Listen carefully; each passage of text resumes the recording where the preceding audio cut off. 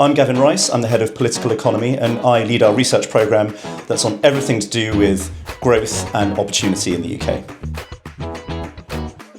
I think we need to have an economy which is growing. That means that wages will be going up not only for the rich, but for everybody in real terms, year on year, and we can all benefit from rising prosperity. It also means that hard work, opportunity, doing the right thing, and reward have got to be linked. So if you work hard, if you do right by yourself and your family, that can be converted into a good quality of life and home ownership for all.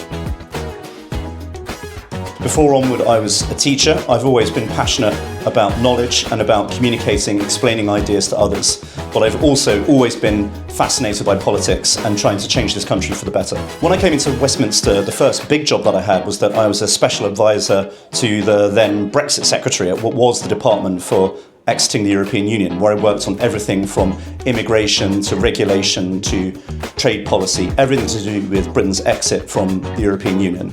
I thought that was really important because it was the single biggest democratic mandate in our electoral history. I thought it was vital that that vote was implemented. We got stuck in a constitutional crisis, and I was proud to be part of a team that helped deliver that. I'm a policy person, so I love to read. I also love to spend lots of time at the pub with my friends. That's very important to me. In addition to my work at Onward, I'm the editor of a Substack called The Conservative Reader, which is a digest of the best centre-right thinking, comment, analysis and ideas, which is published every Friday lunchtime. So I was born in Southend-on-Sea in Essex to a pretty ordinary family. One of the things that I feel was really important to me growing up, one of the great privileges that I had, is that I had the opportunity of going to a very good grammar school, a state school, but a very, very good one. That helped me get into a good university and put me on the right track through a good academic education towards getting a good degree and a good job later on. I think my favourite movie or movies is still the original Star Wars trilogy, and I mean before George Lucas started mucking around with them. There were films that I grew up with as a kid, and I think those classic stories about good and evil, adventure, bunch of heroes doing the right thing always stay with you. For me, that's yet to be beaten.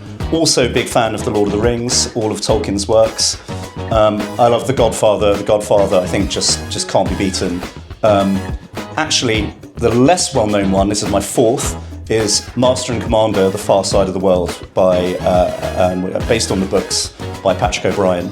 It's a fantastic story about heroism, about the Navy, about beating up the French, which we all love to see, celebrating a positive vision of masculinity, and it was basically a time when this country was great.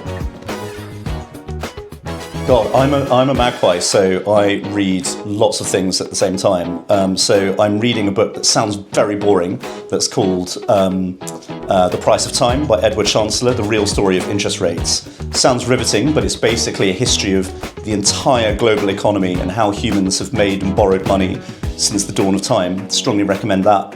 I'm also a huge history fan, love the Rest Is History podcast, and so anything by Tom Holland, you name it, I've either read it or I've got it on the go.